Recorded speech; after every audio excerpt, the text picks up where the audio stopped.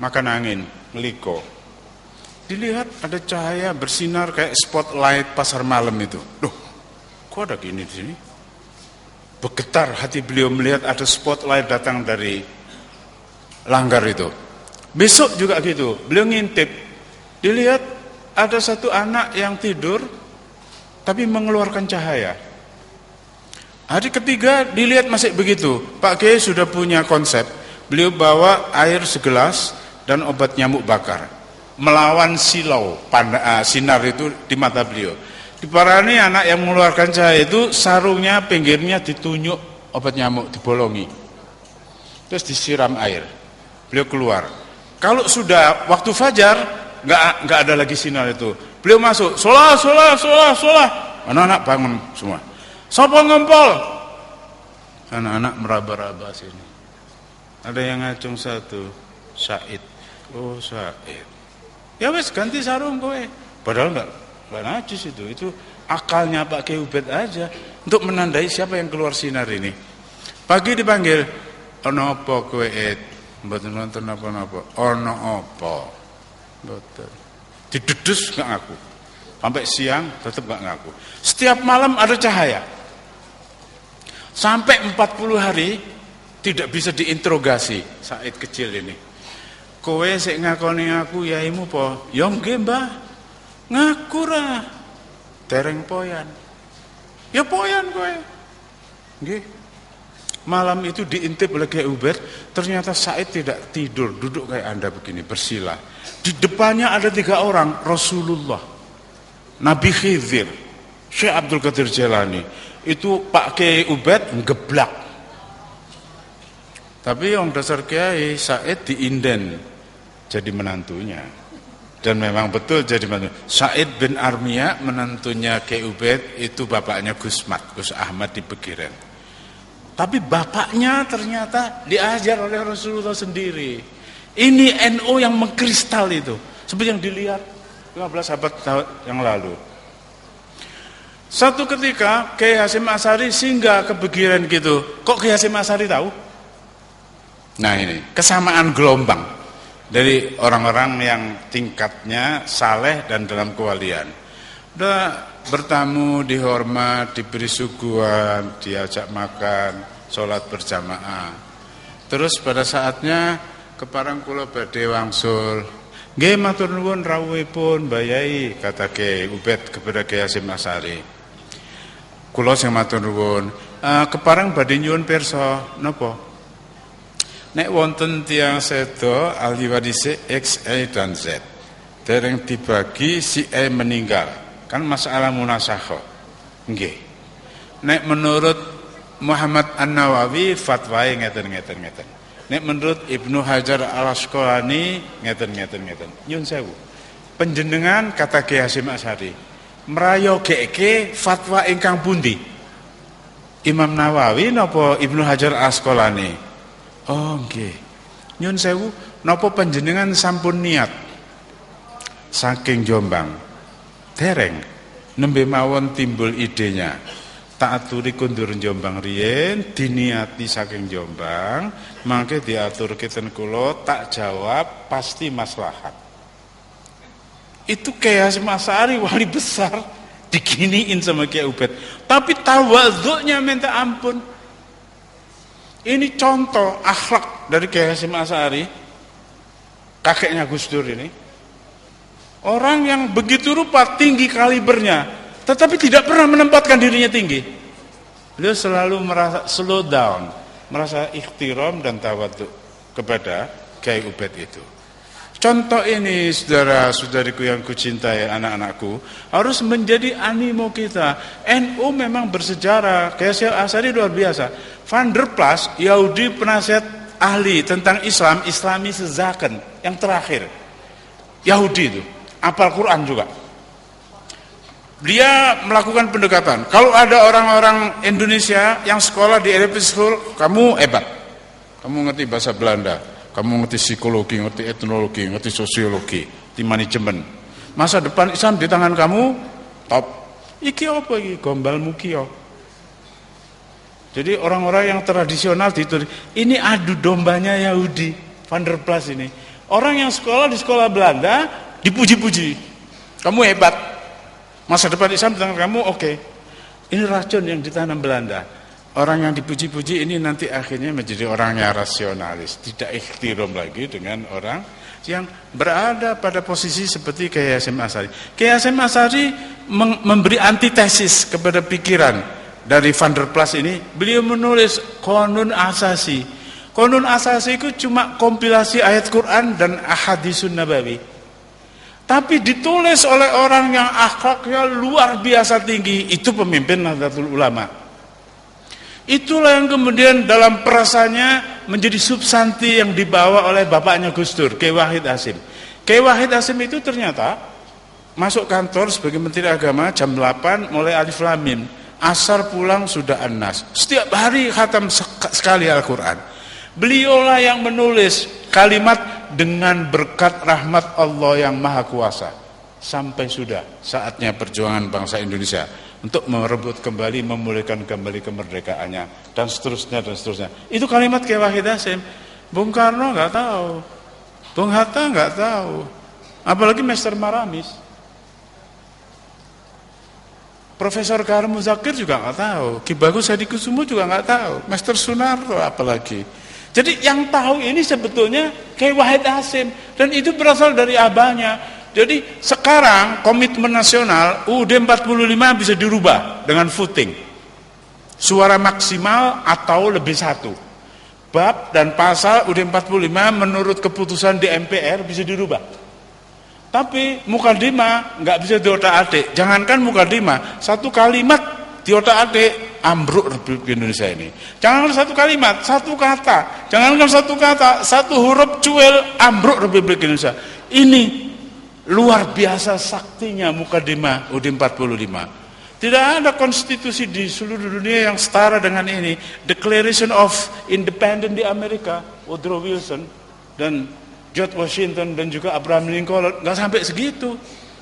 Jadi ini pekerjaan wali besar yang dipandang oleh Rasulullah 15 abad yang lalu, yang dipandang oleh Syekh Abdul Qadir Jailani. Tetapi dengan Kiai Ubed masih begitu hormat.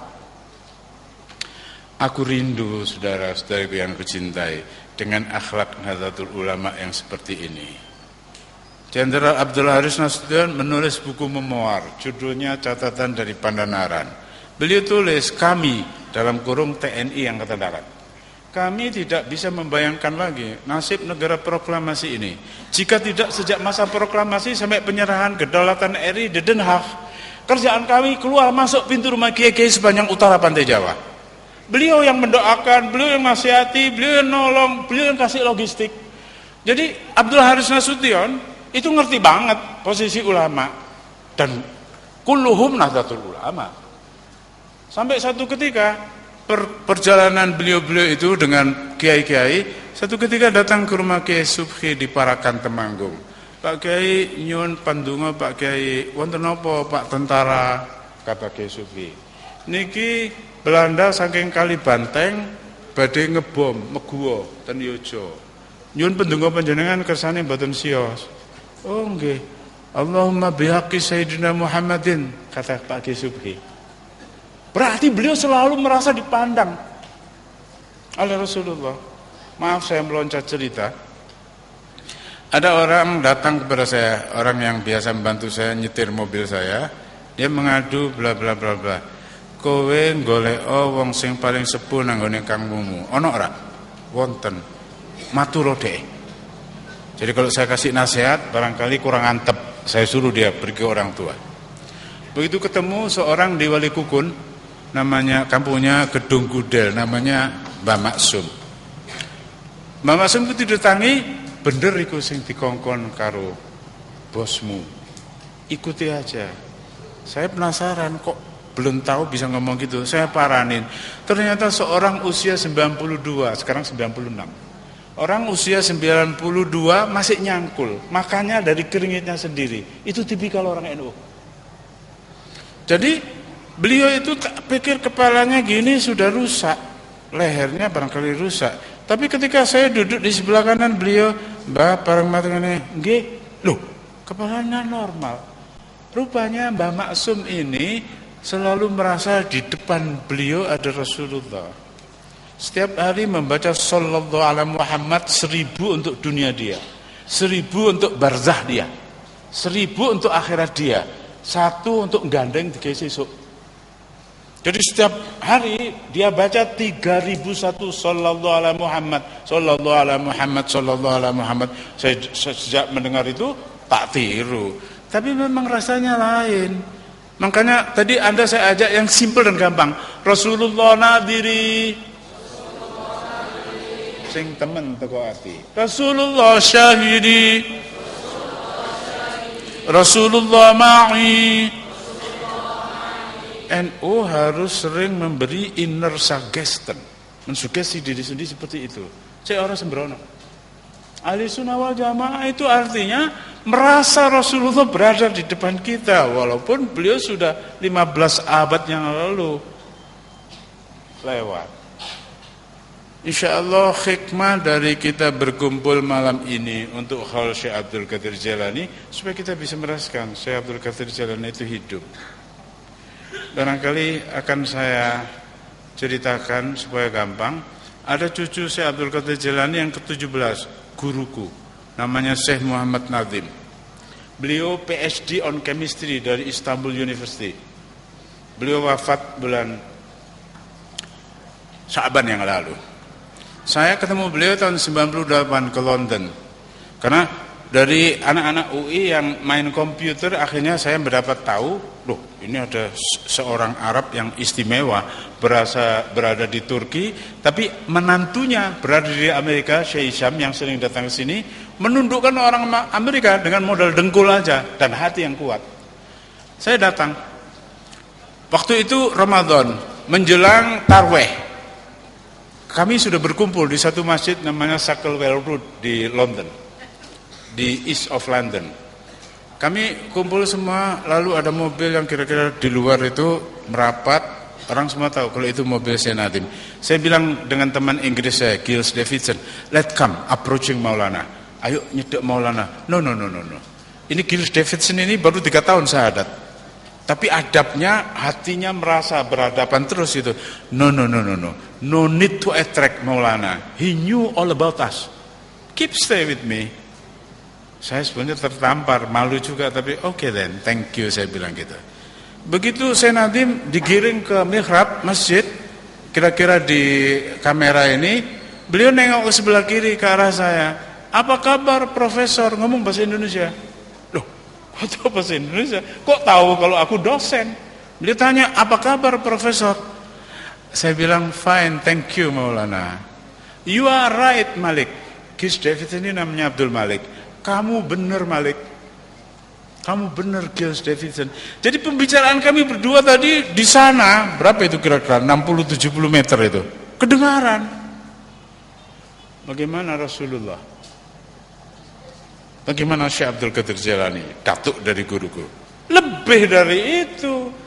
Jadi menghaulkan Syekh Abdul Qadir Jailani berarti meletakkan beliau punya karomah berada di depan kita. Membaca Simtuturor berarti menarik Rasulullah di depan kita. Wa taj'aluna fi hadrati hadzal habib minal hadirin. Inilah yang ingin saya katakan kepada Anda semua, bukan mauidhah kepada Anda, tapi terutama kepada diri saya sendiri. Jadi istilah NU ini yang pemimpinnya kayak Kiai Hasyim Asy'ari, menelurkan santen yang dibawa oleh Kiai Wahid Hasyim berupa preambul UUD 45 yang kesaktiannya nggak bisa dirubah. Seluruh dunia kecolongan, tidak ada konstitusi kayak UUD 45 dengan berkat rahmat Allah. Bukan negara Islam, bukan negara agamis, tetapi ternyata di situ ini telurnya Kiai Hasyim Asy'ari, santannya beliau, dengan berkat rahmat Allah yang Maha Kuasa. Jangankan Maramis, Manado yang Kristen itu, mana ngerti dia? Bung Karno pun tidak, Bung Hatta pun tidak, Master Sunario juga tidak, Ki Bagus Hadikusumo juga tidak, Profesor Karim Muzakir juga tidak, Suryono Cokro Abikusumo entah siapa namanya itu, nggak ada yang ngerti, itu Wahid Hasyim. Karena memang beliau menghadap Allah terus. Masuk ono menteri kita esuk maca Quran asar wis tamat, mana ada? yang seperti. Tapi itulah NU yang sebenarnya. Mudah-mudahan rahmat Allah, berkah Rasulullah, berkah Syekh Abdul Qadir Jailani, berkah Kiai Hasyim Asy'ari, berkah Sunan Kalijogo, berkah dari Raden Fata, berkah dari Pangeran Tenggrono, dan semua aulia yang ada di sini limpah kepada Anda semua. Anda tidak akan dibiarkan oleh Allah dengan bersungguh datang melampaui hujan untuk menghalalkan Syekh Abdul Qadir Jailani, kecuali diberi anugerah oleh Allah. Barang siapa mendekat pada aku sejengkal, tak song-song sehasta. Kalau datang kepada aku dengan gontai, aku yang datang kepada dia dengan sigap. Saya mohon maaf, saya cuma bisa cerita-cerita aja supaya Anda berpikir sendiri. Jangankan Allah, jangankan Rasulullah, jangankan seperti Mbah Maksum di Kedung Gudel, Wali Kukun Ngawi. Jangankan sampai ke Rasulullah, orang yang kayak begitu aja demikian martabatnya. Jadi ketika saya subuh didatangi oleh Pak Nas dan Pak Yani, lah niko pun kepireng suarane, ada bomber dari Belanda, wung wung wung wung, monggo medal. Kata Kiai Subuhi, Allahumma bihaqi Muhammadin, stop. Ini kan kayak orang nggak normal ini. Demi Nabi Muhammad, stop. Itu pesawat bomber Belanda kayak nabrak Grand Canyon, hancur lebur di situ. Ini matanya Ahmad Yani, matanya Pak Nas melihat sendiri. Bagaimana beliau tidak yakin? Dan buku catatan dari Pandanaran itu sekarang tidak bisa dijumpai lagi di pasaran. Sudah ada yang nebas dan dimusnahkan. Karena kalau itu terbaca oleh banyak orang, orang-orang kayak Anda, orang Nahdlatul Ulama ini akan besar hatinya.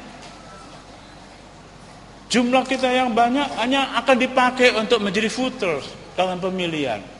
Tetapi hal-hal yang sebenarnya kalau tidak kita sendiri, kalau tidak Anda sendiri yang menghidupkan sebagai ruhaniyah untuk berhadapan terus dengan Allah, untuk berhadapan dengan Rasulullah, dengan aulia, insya Allah dengan begitu Nahdlatul Ulama akan survive, akan menjadi everlast. Insya Allah yang saya katakan ini adalah keyakinan. Mudah-mudahan kalau benar Allah sendiri yang akan memudahkan untuk kita. Kalau salah, mudah-mudahan saya diampuni oleh Allah beserta Anda semua. Allahumma ja'al majlisina hadza awwaluha sholaha. Ya Allah, jadikan majlis di Serambi Masjid Demak ini adalah tata kami untuk merasa makin pantas mendapat ridhomu, ridho Rasulullah. Awwaluha sholaha wa awsatuha najaha wa akhiruha falaha. Awwaluha rahmah wa awsatuha ni'mah wa akhiruha maghfiratan wa takrimatan wa barakatan wa rahmah. Allahumma nawwir qulubana binuril iman, Allahumma nawwir qulubana binuril Islam, Allahumma nawwir qulubana binuril ihsan, Allahumma nawwir qulubana binuril Quran, Allahumma nawwir qulubana binuri auliyaikal kiram, Allahumma nawwir qulubana binuri asuril khurum, binuri sahri rabi'il awal wa rabi'il tsani. Allahumma nawwir qulubana binuri sayyidina Muhammadin sallallahu alaihi wasallam. Allahumma ja'al akhir kalimatina qaula la ilaha illallah Muhammadur Rasulullah. Khususnya di 7 tarikan napas yang terakhir kami nanti di depanmu ya Allah, di sebelah Rasulullah, di sebelah Imam Mahdi, dan di sebelah aulia yang menjadi pembimbing dan mursyid kami. Jangan lepaskan kami yang suka lalai ini ya Allah. Padukan temali hati kami dengan Rasulullah, dengan aulia. Mudah-mudahan kami tidak akan terpleset di kehidupan ini, melainkan segera dapat ampunanmu. Ya Rasulullah, mohonkan kami ampun kehadirat Allah. Seperti kata Quran, walau annahum idzalamu ja'uka fastaghfara lahumur rasul la wajadullah tawwabar rahima. Astaghfirullahalazim, astaghfirullahalazim, astaghfirullahalazim. Min kulli ma yukhalifu dinal Islam, min kulli ma yukhalifu syariah, min kulli ma yukhalifu tariqah, min kulli ma yukhalifu haqiqah, min kulli ma yukhalifu al-azimah, min kulli ma yukhalifu al-ma'rifat ya arhamar rahimin. Insyaallah kita pulang dari Serambi Masjid ini, dosa kita menjadi bersih karena Rasulullah mencintai kita. Syekh Abdul Qadir Jalani bombong ten sampean sedaya. Tungone mbuh apa bentuke keberkahanipun. Kiai Hasyim Asy'ari insyaallah mendoakan kita agar kita mukhlis, mutawadhi, selalu menghargai orang. Jangan suka cari kesalahan temennya. Jangan suka bergunjing. Ayuhibbu ahadukum ayyakula lamahi maitan fakarihtumu. Mudah-mudahan kita bubar dari majelis ini sesuai dengan cita rasa dan tujuan ke-NU-an. Kita akan dibukakan altar perjalanan kita kepada Rasulullah ke hari kiamat, ke mahsyar, mendapat syafaat dan mendapat ridha Allah. Terima kasih atas perhatian Anda semua untuk hal-hal yang saya katakan dari hati saya ke hati Anda. Mudah-mudahan saling mencinta di antara kita, dirahmati dan diberkahi Allah. Mohon maaf kalau ada hal yang tidak pas dari yang saya kemukakan. Aku qouli hadza wa astaghfirullahaladzim li wa lakum wa lisairil muslimin wal muslimat fastaghfiru fa ya khair astaghfir fa ya taibin walhamdulillahirabbil alamin. Assalamualaikum warahmatullahi wabarakatuh.